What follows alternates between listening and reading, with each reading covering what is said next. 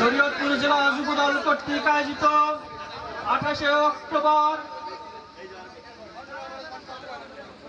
হামলা মামলায় নির্যাতিত যুবদলের নেতা কর্মীদের সংবর্ধনা অনুষ্ঠানের আজকে আলোচনা সভার সম্মানিত সভাপতি শরীয়তপুর জেলা যুবদলের সংগ্রামী সভাপতি জনাব আরিফুজ্জামান মোল্লা আমাদের মাঝে উপস্থিত আছেন। বাংলাদেশ জাতীয়তাবাদী যুবদলের কেন্দ্রীয় কমিটির সহ সভাপতি গোলাম মোস্তফা সাগর ভাই আমাদের মাঝে উপস্থিত আছেন।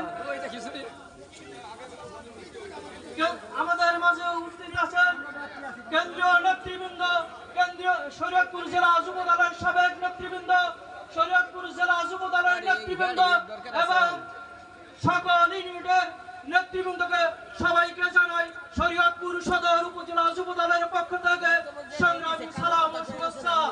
বন্ধুরা আমার, সাথীরা আমার, আজকে বক্তব্য দেওয়ার কিছু নেই। আজকে আমি এখানে দুই একটি কথা বলতে চাই। অনেকে বলেছেন শরীয়তপুর জেলা যুবদল 5 সদস্য কমিটি, এই 5 সদস্য কমিটি 3 ভাগে বিভক্ত। কেন 3 ভাগে বিভক্ত?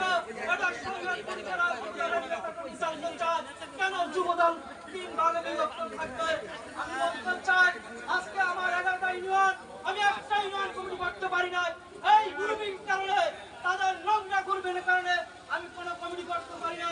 আমি যখন কমিটি করতে চাই, আমার সরকারের সাথে যখন আমি আলোচনা করি, তখন আমরা যখন একটা প্রিপারেশন নেই, তখন তারা আমাদের বাধাগ্রস্ত করে আমরা কোনো কমিটি করতে পারি না। আমি 22 সালে আমি আমার সরকারে নিয়ে যখন কমিটি করার প্রস্তুতি নিয়েছি, আমরা কিছু কমিটি ভাষ্য করেছি। এটা তারা জানতে পারে আমাকে ফেসবুকের মাধ্যমে তারা সহজ করেছে, আমাকে সব কার্যক্রম থেকে বন্ধ করেছে।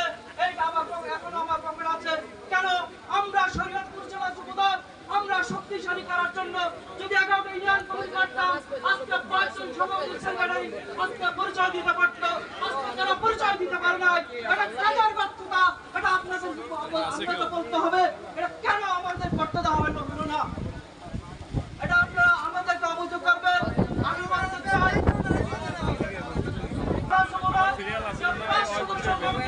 আজকে 8 বছর তারা কমিটি, এই 8 বছর যদি এই 5 সদস্য কমিটি তারা অনেক ছেলেমেয়েরা আজকে পরিচয় দিতে পারত। তারা বলতে পারত আমি একজন যুবদলের কর্মী, কিন্তু আজকে কোনো ছেলেমেয়ের পরিচয় দিতে পারে না।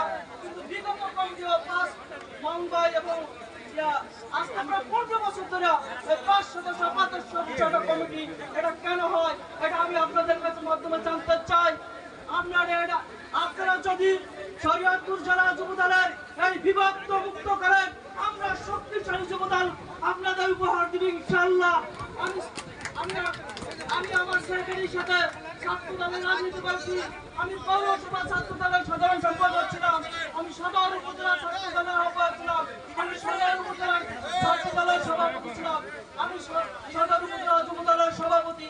আমি একটা কমিটি করতে পারি না, দুঃখের বিষয়। আমার অনেক কষ্ট হয় দলের জন্য। আজকে প্রায় 28 বছর ধরে রাজনীতি করি।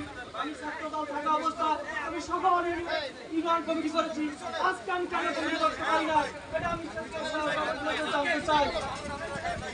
তাই বলে আমি আমার সংক্ষিপ্ত বক্তব্য শেষ করছি।